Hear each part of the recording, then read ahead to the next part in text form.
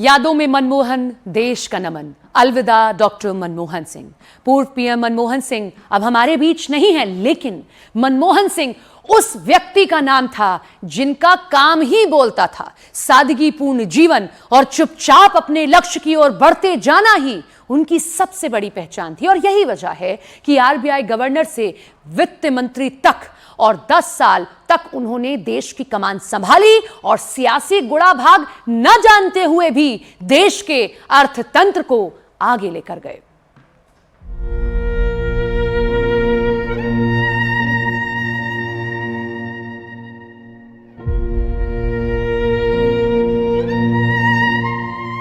दशकों तक सरकार और सियासत की पगडंडियों में चलकर सबसे ऊंचे पायदान तक पहुंचकर भी बेदाग रहने वाले मनमोहन खामोश हो गए। जोड़ तोड़ की सियासत का तजुर्बा ना होने के बावजूद 10 साल तक गठबंधन की सरकार चलाने वाले कांग्रेस के असरदार सरदार अलविदा हो गए। देश के करोड़ों लोगों को गरीबी की बेड़ियों की गिरफ्त से रिहा कराने वाले अर्थशास्त्री मनमोहन अब लौट कर नहीं आएंगे। मौजूदा भारत के बाजार और कारोबार की सूरत को 90 के दशक में गढ़ने वाले और देश का वित्त संभालने वाले वजीर मनमोहन की सांसें थम गई। गरीब परिवार से उठकर सिर्फ ऊंची तालीम के रास्ते सियासत के सबसे ऊंचे पायदान तक पहुंचने की मिसाल कायम करने वाले डॉक्टर मनमोहन सिंह का रात 9:51 पर निधन हो गया।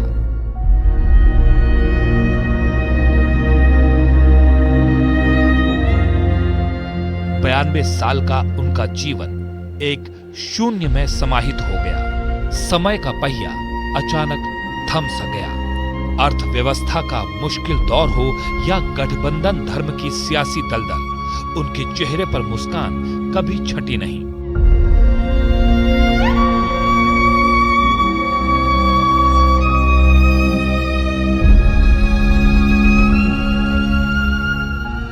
प्रधानमंत्री ने भी उनके जाने पर गहरा शोक व्यक्त किया।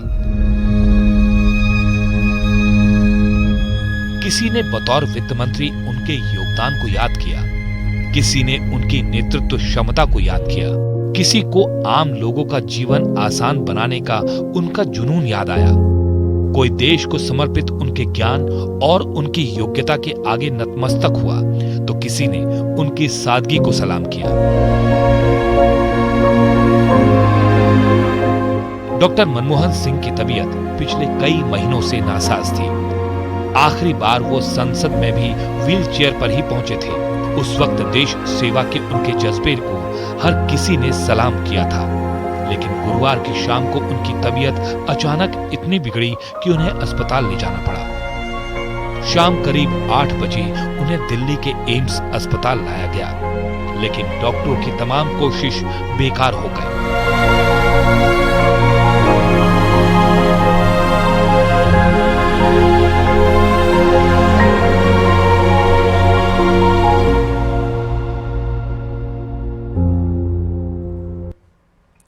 प्रधानमंत्री नरेंद्र मोदी ने पूर्व प्रधानमंत्री मनमोहन सिंह को याद किया। उन्होंने उन पलों को याद किया जब वो पूर्व पीएम से मिले थे।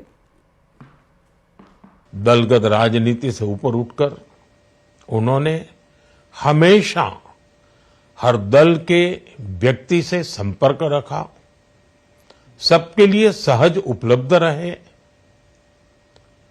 जब मैं मुख्यमंत्री था तब डॉक्टर मनमोहन सिंह जी के साथ राष्ट्रीय और अंतर्राष्ट्रीय अनेक विषयों पर उनसे खुले मन से चर्चाएं होती थी।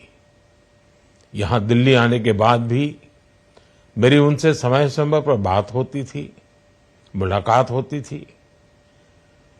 मुझे उनसे हुई मुलाकातें, देश को लेकर हुई चर्चाएं हमेशा याद रहेगी।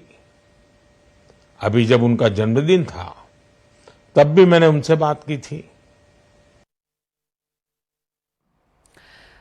राज्यसभा में इसी साल doctor Manmohan Singh wheel chair पर वोटिंग के लिए आए थे। तब राज्यसभा सदस्यों की विदाई के मौके पर पीएम मोदी ने उनकी तारीफ की थी।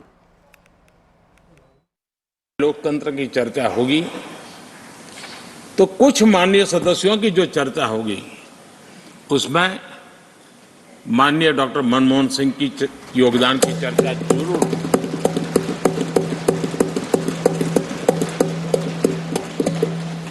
मुझे याद है उस सदन के अंदर लास्ट कुछ दिनों में एक वोटिंग का अवसर था। विषय तो मैं छूट गया मेरा, लेकिन पता था कि विजय ट्रेजरी बैंक की होने वाली है। अंतर भी बहुत था, लेकिन doctor Manmohan Singh ji wheel chair में आए, वोट किया। एक सांसद अपने दायित्व के लिए कितना सजग है उसका वो उदाहरण है, वो प्रेरक उदाहरण था। इतना ही नहीं, मैं देख रहा था कभी कमेटी के चुनाव हुए, कमेटी मेंबर्स के, वो व्हील चेयर में वोट देने आए। सवाल ये नहीं है कि वो किसको ताकत देने के लिए आए थे, मैं मानता हूं वो लोकतंत्र को ताकत देने आए थे।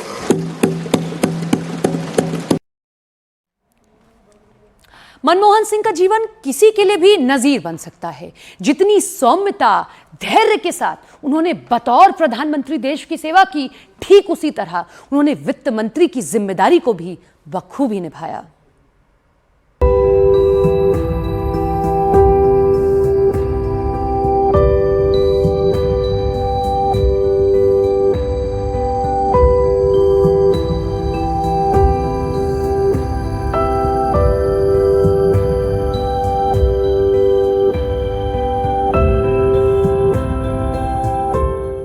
मनमोहन सिंह अब यादों में हैं। भारतीय अर्थव्यवस्था को नई ऊंचाइयां देने वाले मनमोहन सिंह एक ऐसे किरदार थे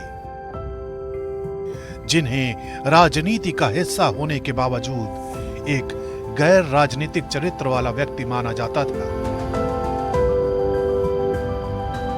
सौम्य, शालीन और अभूतपूर्व प्रतिभा के धनी मनमोहन सिंह एक ऐसी नायाब शख्सियत थी जिनकी जिंदगी से जुड़े संघर्ष और कहानियां किसी के लिए भी प्रेरणा का स्रोत बन सकते हैं। 1991 के बजट की वो कहानी सुनाते हैं जिसने देश की अर्थव्यवस्था को बूस्ट करने का काम किया। उस वक्त पीवी नरसिम्हा राव ने एक आला अफसर पीसी अलेक्जेंडर की सलाह पर मनमोहन सिंह को वित्त मंत्री बनाया था। इस दौरान नरसिम्हा राव ने मनमोहन सिंह से कहा था कि अगर आप सफल हुए तो इसका श्रेय हम दोनों को जाएगा, अगर असफल हुए तो सिर्फ आपकी जिम्मेदारी होगी। इसी दौरान उन्होंने बजट की घोषणा करते हुए उदारीकरण, निजीकरण और वैश्वीकरण से जुड़ी बेहद अहम घोषणाएं की, जिनकी वजह से अर्थव्यवस्था ने सकारात्मक ग्राफ की तरफ रुख किया। मनमोहन सिंह की इस नीति के चलते देश में व्यापारिक नीति, औद्योगिक लाइसेंसिंग, बैंकिंग क्षेत्र में सुधार और प्रत्यक्ष विदेशी निवेश की अनुमति से जुड़े नियमों में बदलाव हुए। देश की इकोनॉमी से जुड़ी इन नीतियों की वजह से उन्होंने न सिर्फ तत्कालीन प्रधानमंत्री नरसिम्हा राव का भरोसा जीता, बल्कि उनके लिए गए फैसलों को अर्थ जगत में आज भी मील का पत्थर माना जाता है। पीएम मोदी ने मनमोहन सिंह को श्रद्धांजलि दी। उनके बारे में बात करते हुए कहा कि अर्थशास्त्री के रूप में उनके योगदान को हमेशा याद किया जाएगा। एक नेक इंसान के रूप में, एक विद्वान अर्थशास्त्री के रूप में और रिफॉर्म्स के प्रति समर्पित लीडर के रूप में उन्हें हमेशा याद किया जाएगा। एक अर्थशास्त्री के रूप में उन्होंने अलग अलग स्तर पर भारत सरकार में अनेक सेवाएं दी। एक चुनौतीपूर्ण समय में उन्होंने रिजर्व बैंक के गवर्नर की भूमिका निभाई। पूर्व प्रधानमंत्री भारत रत्न श्री पीवी नरसिम्हा राव जी की सरकार के वित्त मंत्री रहते हुए उन्होंने वित्तीय संकट से घिरे देश को एक नई अर्थव्यवस्था के मार्ग पर प्रशस्त किया। प्रधानमंत्री के रूप में देश के विकास में और प्रगति में उनके योगदान को हमेशा याद किया जाएगा। जनता के प्रति, देश के विकास के प्रति उनका जो कमिटमेंट था उसे हमेशा बहुत सम्मान से देखा जाएगा। मनमोहन सिंह ने अपने निजी जीवन में अथाह संघर्ष देखे थे और ऐसा इसलिए भी क्योंकि जिस वक्त मनमोहन सिंह बड़े हो रहे थे वो दौर था विभाजन का, पार्टीशन का, और परिवार की स्थिति ऐसी थी नहीं कि सब कुछ ठीक से चल सके। इसीलिए खुद मनमोहन सिंह ने उन जिम्मेदारियों को निभाने का संकल्प लिया।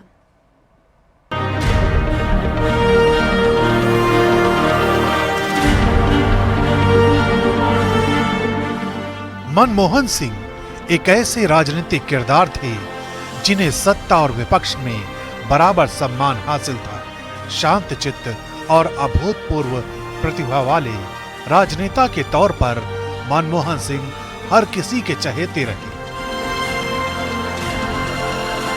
ये सम्मान उन्होंने ऐसे ही हासिल नहीं किया था। 26 सितंबर 1932 को पाकिस्तान के पंजाब प्रांत के गाह में जन्मे मनमोहन सिंह ने बचपन से ही संघर्षों को देखा था। बेहद कम उम्र में उनकी मां का निधन हो गया, लिहाजा दादी के पास उनका बचपन बीता।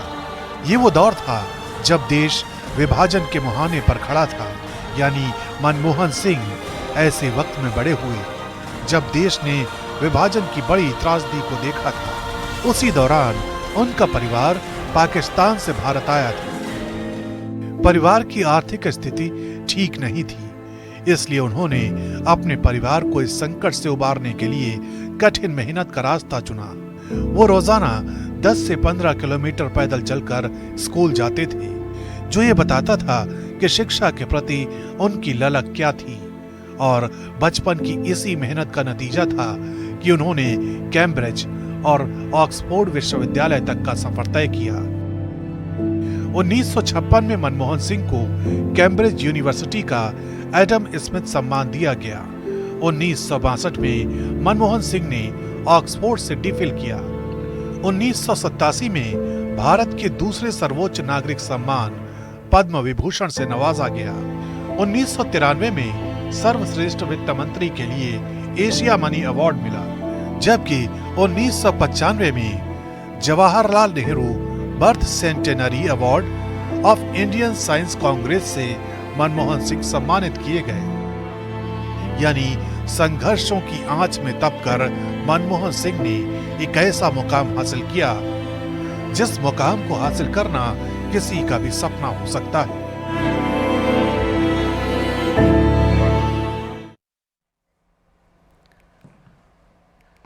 तो प्रधानमंत्री नरेंद्र मोदी ने भी श्रद्धांजलि अर्पित की। मनमोहन सिंह ने अपने निजी जीवन में अथाह संघर्ष देखे थे। ये हमने आपको दिखाया कि कैसे बावजूद इसके सुविधाओं का अभाव रहा, लेकिन उन्होंने हर आयाम को छुआ। प्रधानमंत्री नरेंद्र मोदी ने पूर्व पीएम मनमोहन सिंह को श्रद्धांजलि देते हुए उस समय को याद किया जब राज्यसभा सांसद रहते हुए मनमोहन सिंह व्हील चेयर पर भी सदन में आते हैं और वोट कास्ट करते हैं। डॉक्टर मनमोहन सिंह जी का जीवन उनकी ईमानदारी और सादगी का प्रतिबिंब था। वो विलक्षण सांसद थे। उनकी विनम्रता, सौम्यता और उनकी बौद्धिकता उनके संसदीय जीवन की पहचान बनी। मुझे याद है कि इस साल की शुरुआत में जब राज्यसभा में उनका कार्यकाल समाप्त हुआ, तब मैंने कहा था कि सांसद के रूप में डॉक्टर साहब की निष्ठा सभी के लिए प्रेरणा जैसी है।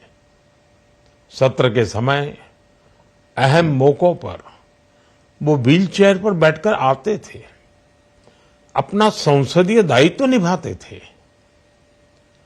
दुनिया के प्रतिष्ठित संस्थानों की शिक्षा लेने और सरकार के अनेक शीर्ष पदों पर रहने के बाद भी वो अपनी सामान्य पृष्ठभूमि के मूल्यों को कभी भी नहीं भूले।